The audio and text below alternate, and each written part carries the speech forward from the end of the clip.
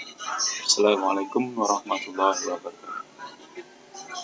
Hari ini, insya Allah, saya akan mereview sebuah cara mengatur keuangan.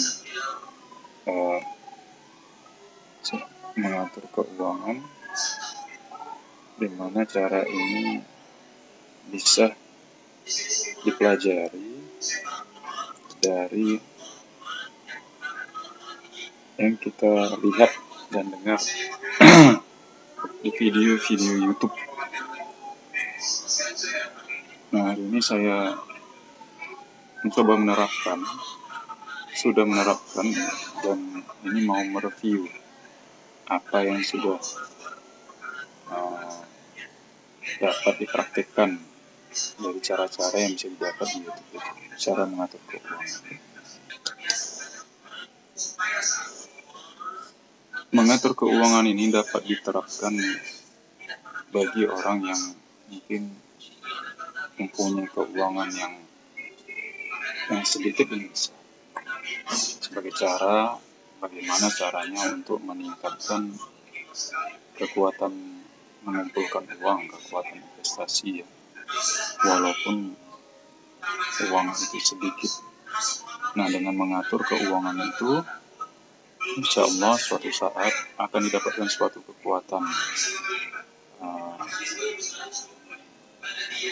modal yang dikumpulkan, yang disisihkan dari pendapatan setiap bulannya.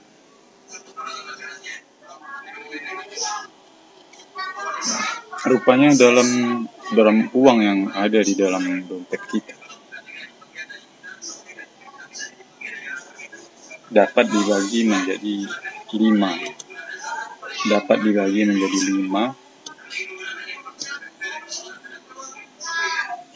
pembagian. Ya. Yang pertama 30%-nya, yang kedua 20%, yang ketiga 15%, terus yang keempat 10%, dan yang kelima 25%.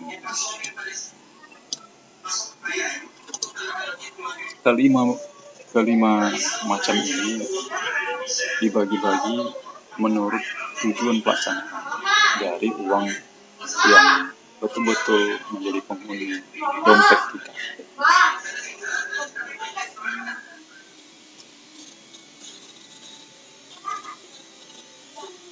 Nah, 30% yang pertama adalah untuk anggaran biaya hidup. Yang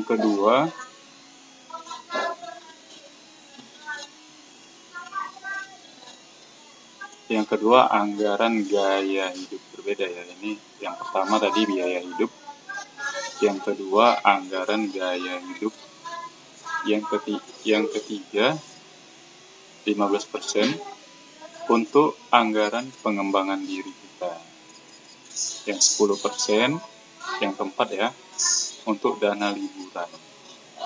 Jadi yang kelima 25% dari keuangan yang ada dalam dompet kita setiap bulannya itulah untuk investasi.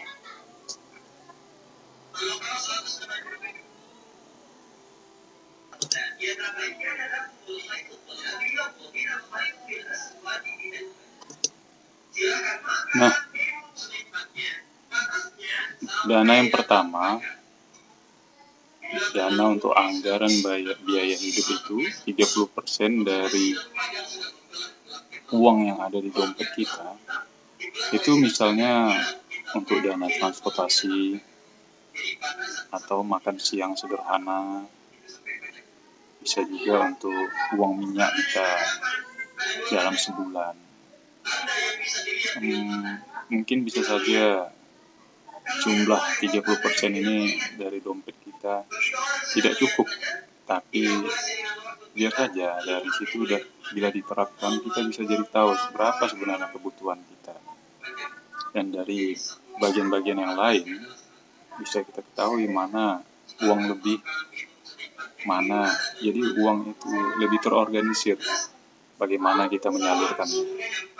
Baik, yang pertama tadi ini adalah anggaran biaya hidup untuk transportasi, makan siang sederhana, uang minyak dalam sebulan. Itu yang 30% dari penghuni dompet kita. Yang kedua, anggaran gaya hidup itu sebesar 20% untuk ya nonton atau makan sama teman kita. Boleh kita ngajak makan teman-teman kita, tapi kita harus tahu dana yang tersedia itu budgetnya adalah 20% dari uang yang ada dalam dompet kita.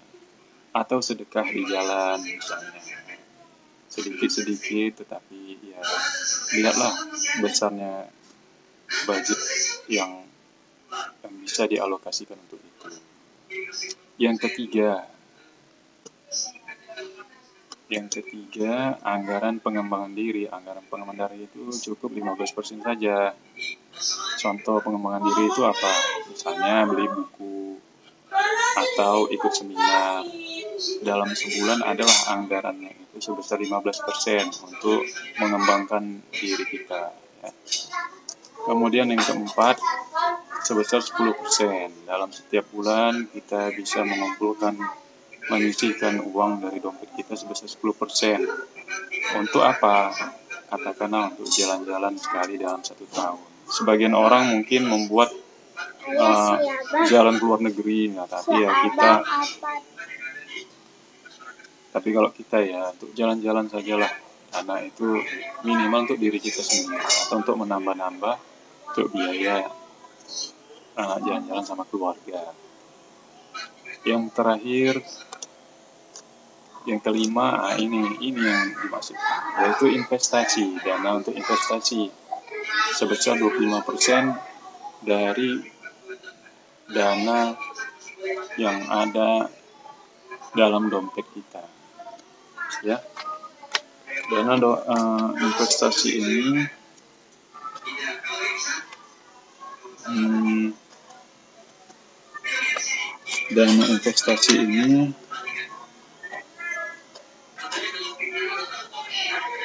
ini wajib, wajib kamu gunakan untuk investasi atau berbisnis, ya. Cobalah mulai dari hal yang kecil, mulai dengan misalnya membeli barang, ya, dari grosir untuk dijual kembali. Gampang dan dijamin dapat untung. Kesimpulan,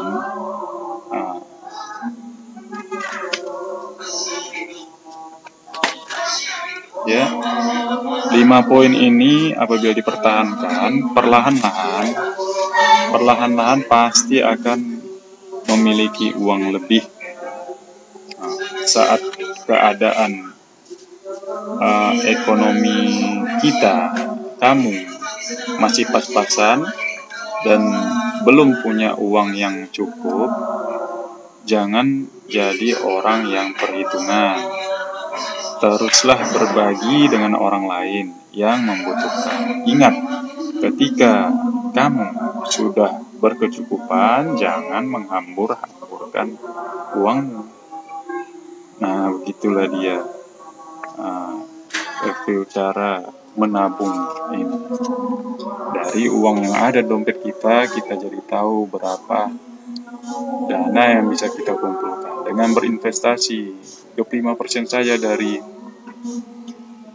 uang yang ada di dompet kita, perlahan-lahan kita pasti akan mempunyai uang lebih. Kalau ada uang lebih, berarti suatu saat kita bisa menabung. Dengan ada tabungan, berarti kita bisa berusaha atau berbisnis. Demikian saja mungkin hari ini cara bagaimana kita mengelola keuangan sehingga bisa punya tabungan dan bisa berusaha. Bila bisa berusaha, bisa berbisnis, berarti kita bisa meningkatkan keuangan kita atau mendapat kelebihan uang kita. Demikian saja dulu. Sampai jumpa pada video saya yang berikutnya, insya Allah. Assalamualaikum warahmatullahi wabarakatuh.